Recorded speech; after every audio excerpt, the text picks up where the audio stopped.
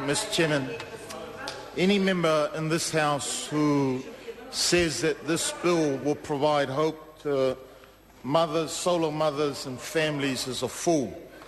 And I would have to say, Mr. Chairman, that I would agree with my elders who say,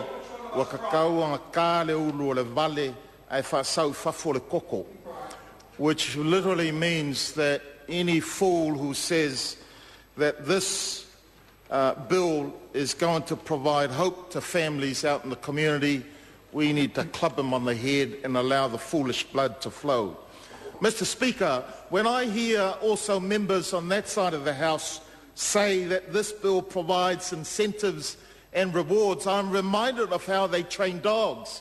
They give them a bit of meat and get them to do jumps and get them to do something, and then they provide a little bit of meat. And I'm saying, sir, that when I hear those words coming from that side of the House, I'm disgusted in the way that they promote this bill. This bill is not going to do any such of the things that they say it will do. They talk about this, they claim that this bill is underpinned by the principles of fairness and unrelenting focus on work. Well, neither is true. It is unfair, and the Attorney General, a member of that government, has judged it to be discriminatory, and he says that this bill appears to limit the right to be free from discrimination, and these limitations cannot be justified under Section 5 of the Bill of Rights the Bill of Rights Act. And I would have to say that when it talks about an unrelenting focus on work, it assumes that there are jobs for people to go into. And we know that that isn't true. We know that the figures of the growing number of unemployment have risen as of last month to 6.8, and now there is 159,000, and those numbers are growing, certainly in my neighbourhood, where we continue to see how families are struggling, how families are suffering, and because of the failure of this government to come up with any viable, credible plan to ensure that people do have work to go to ensure that the jobs created are enabling people to earn an income that can sustain people and their families. I want to just emphasise, Mr. Chairman, what the Honourable Anik King has said, that if this government was serious about doing something with our families, our solo parents, then we need to focus and value children. We need to focus and value parenthood. This bill doesn't value kids. This bill doesn't value parenthood. And every submitter, Mr. Speaker, that I listen to, that from organisations that work in our community, such as the Citizens Advice Bureau, such as the community law centres, such as the budgeting services, such as the Salvation Army, every submitter who are dealing with struggling families in the community have opposed this bill. And I want to read something that the Presbyterian Support New Zealand said.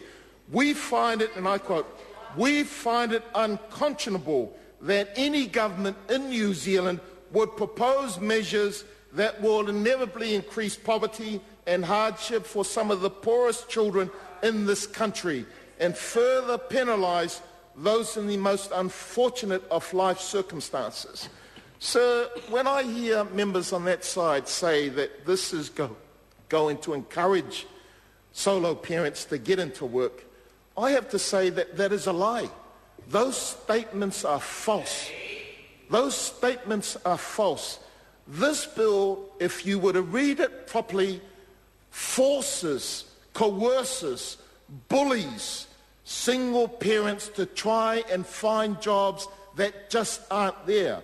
When I asked some submitters who submitted on this bill whether there are jobs out there which would cater, jobs out there that would cater for single parents who have children at school, whether there are jobs available, whether those employers would be flexible enough to allow a parent to take the time out to prepare their children for school, to be available when the child returns home.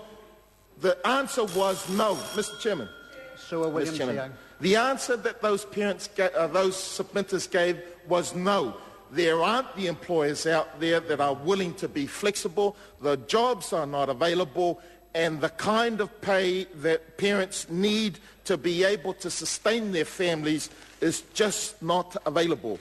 My colleague earlier showed you an article in the Herald, Mr. Speaker, today, written by Simon Collins of the Herald, and it's titled, "When Tightening the Belt is Not Enough." This article, and I would recommend for all to read this, sets out the budget of this solo parent who is attempting to better herself by going to school. After receiving what income is available to her from the WINS as a solo parent, and after working out her costs, which includes the rent, the petrol, repayments on debt, the child's bus fare, the phone, parking costs, medical costs, water bills, it doesn't even take into account food at this stage, but this solo parent is at a deficit of $50 before allocating for food. And then if she does add in $100 for food, they are in a deficit of $150. And the article suggests that this mother has had to sacrifice food and has lost significant weight simply to make ends meet. Now, this isn't confined to this one person.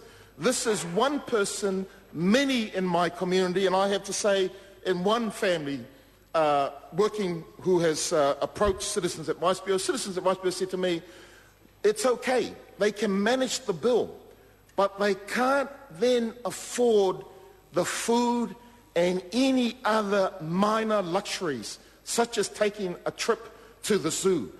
That's the situation that many families now face themselves. Now, I want to say, yep, I think it is good. It is good that that there is some focus in here about ensuring that we're ensuring that the benefit does move in line with the rate of inflation.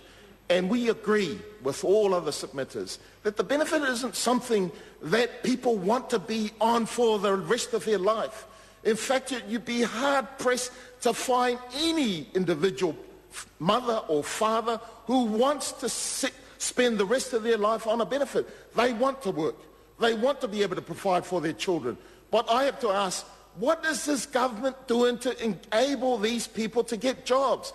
Would it not have been better, sir, for this government to invest in education, to put back the money in for adult community education, to ensure that there's money in for early childhood education, to ensure that we give every child the opportunity to be able to go to university, to go to polytechnic, to get a degree, because that's what we should be focusing on if we want a stronger society, strong families, to be able to have a better future for this country.